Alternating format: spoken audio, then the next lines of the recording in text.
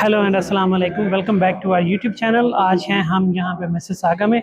So we gonna listen a big scholar, Muslim scholar. He is a young scholar from Arizona Law University. So he is a big, like a scholar, author, and activist. So he gonna share his ideas, his thoughts about Gaza. So we're gonna listen him and we're gonna share his thoughts with you, right, Yeah. Azan? Now we're going to be going inside. We're going to see the gathering and how many people are with us. So stay with us.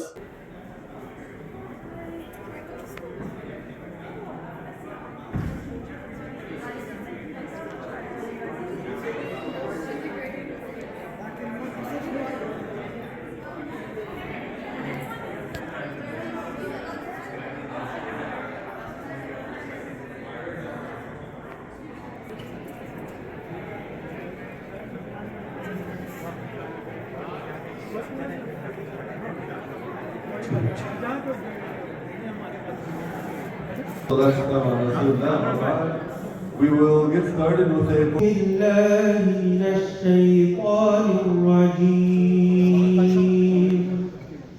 بسم الله الرحمن الرحيم الرحمن علم القرآن خلق الإنسان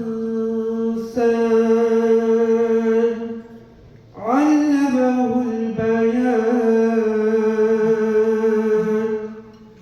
الشمس والقمر بحسبان والنجم والشجر يسجدان والسماء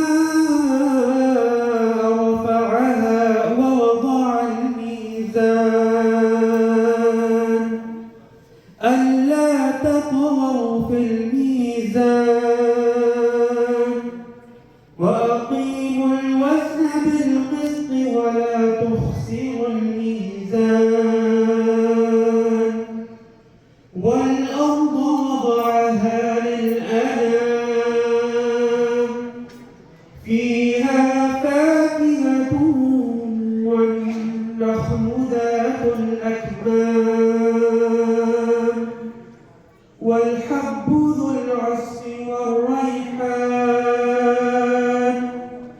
فبأي آلاء ربكما تكذبان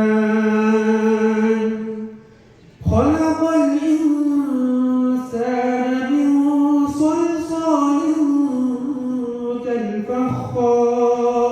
كالفخار وخلق الجان من مارج من نار فبأي آلاء ربكما تكذبان رب المشرقين ورب المغربين فبأي آلاء ربكما تكذبان مرج البحرين يلتقيان بينهما برزخ لا يبغيان فبأي آلاء ربكما تكذبان صدق الله العظيم. Serving over 40 years globally, including right now Palestine, Egypt, Lebanon, and many other countries. الحمد لله رب العالمين والصلاة والسلام عليك سيدنا رسول الله والسلام عليك سيدنا أمير الله. Conversation with you, so if I could direct you to the screen over here and over here. I won't be able to see them too clearly, so I'll try and talk you through them as best as I can. Away from you. This is about handling the overflow, handling the increase in population, mashallah, which also received. We are 10% of overflow as we speak right now.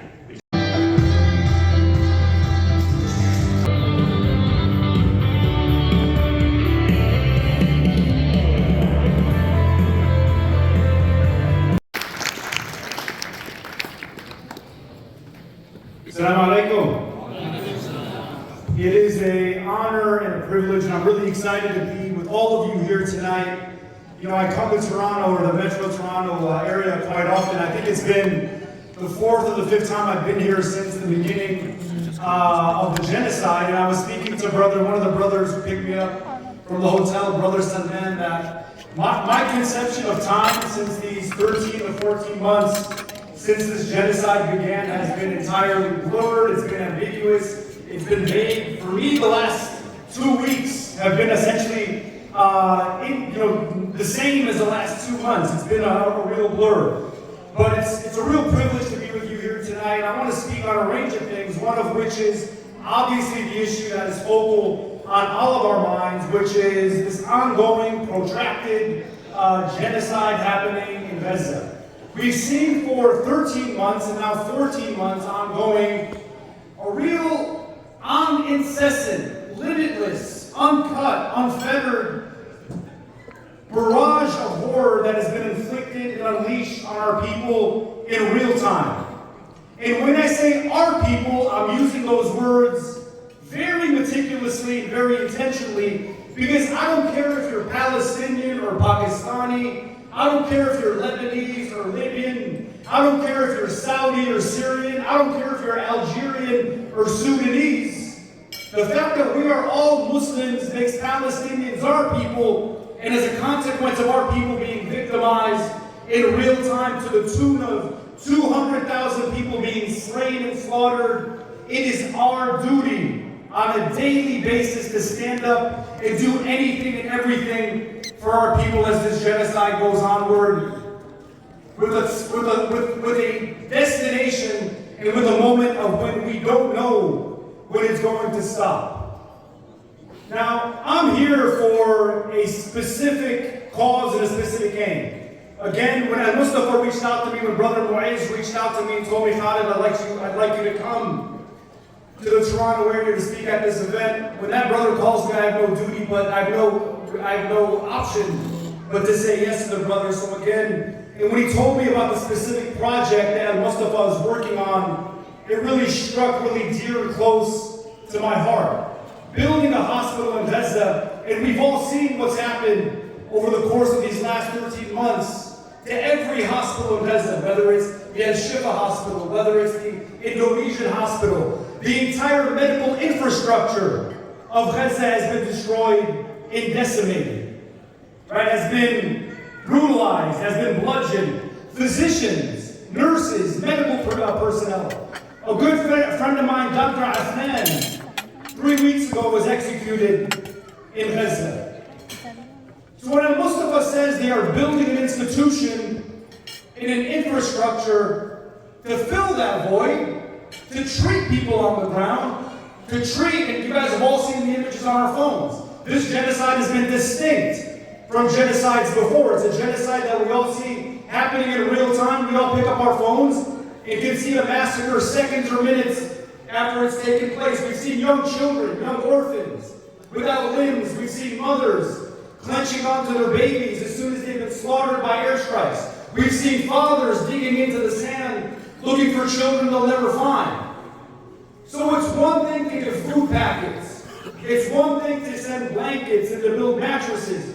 But it's a transformative thing to build a hospital, because once we build that institution, once Al-Mustafa restores at least a building block of the medical infrastructure that's been destroyed, we can guarantee that thousands and tens of thousands of Palestinians in Gaza, whether small children or elders, who have been bludgeoned by these really criminal and vile airstrikes coming from Israeli jets that are paid by American tax dollars, my country, unfortunately, will be treated for years and generations. So we sit here, and all of us sit here, while a genocide is taking place. I want you to understand the gravity and the weight of these words.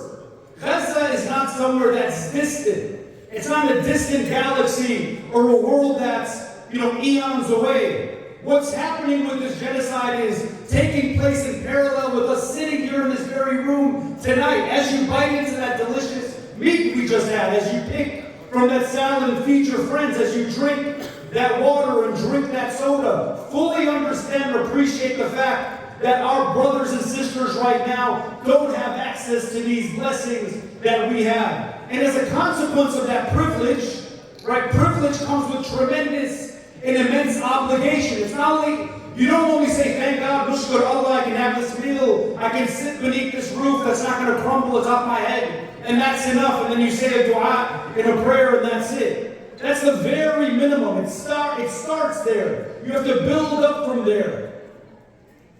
You sit in these seats tonight and occupy this privilege, and privilege is in fact a verb. It isn't a noun, it's a verb. It mandates all of you, not to donate, but to invest. Invest in the Palestinian people.